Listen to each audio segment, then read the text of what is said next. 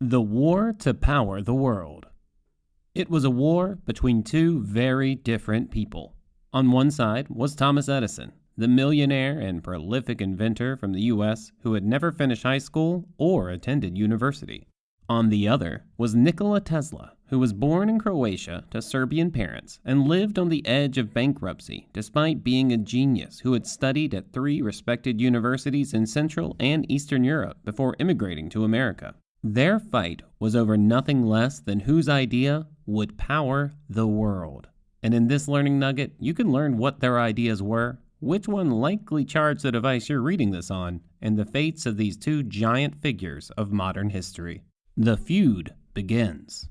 If you know anything about Thomas Edison, it's probably that he's the inventor of the light bulb.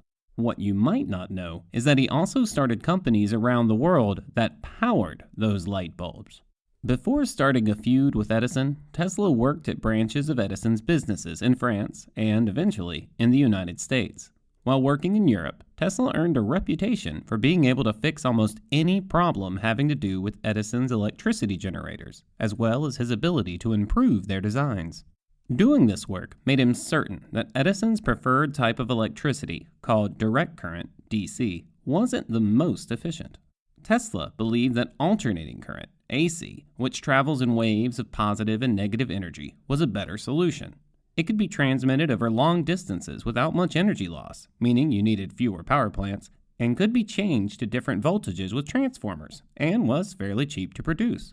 DC, which flows constantly at the same voltage in one direction, didn't offer any of those advantages. Tesla first pitched AC power to his bosses in Europe, but they weren't interested. He got the same reaction after he moved to the U.S. and started working for Edison directly. Eventually, Tesla quit Edison's company and began looking for an investor to back his dreams of lighting up the world with AC power. Big money and electrocuted elephants. Tesla found a backer in millionaire and fellow inventor George Westinghouse, who not only hired Tesla, but also bought his patents for AC technology for large sums. Though Edison's DC power plants were the first on the market and the standard at the time, Westinghouse and Tesla believed the advantages of AC power, especially its lower price point, would help it defeat Edison and DC.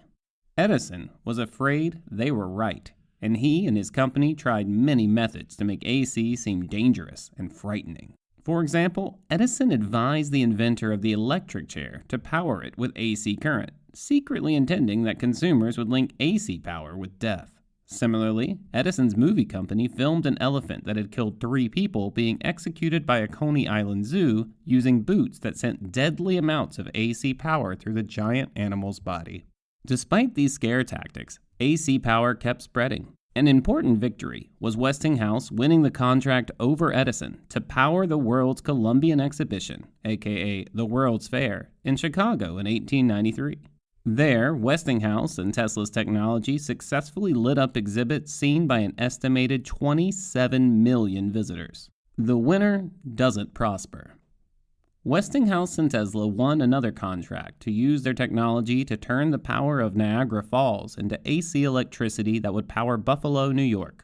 Edison very publicly stated that the venture could never work. When it did, the winner of the current war was clear, and AC power soon took over as the standard across the U.S. and world. Even Edison's companies eventually paid for the right to use Westinghouse's AC power patents in their projects. Despite the victory of his ideas, Tesla didn't go on to wealth and fame, even after he invented the Tesla coil, which is still used in radios and wireless transmitters today.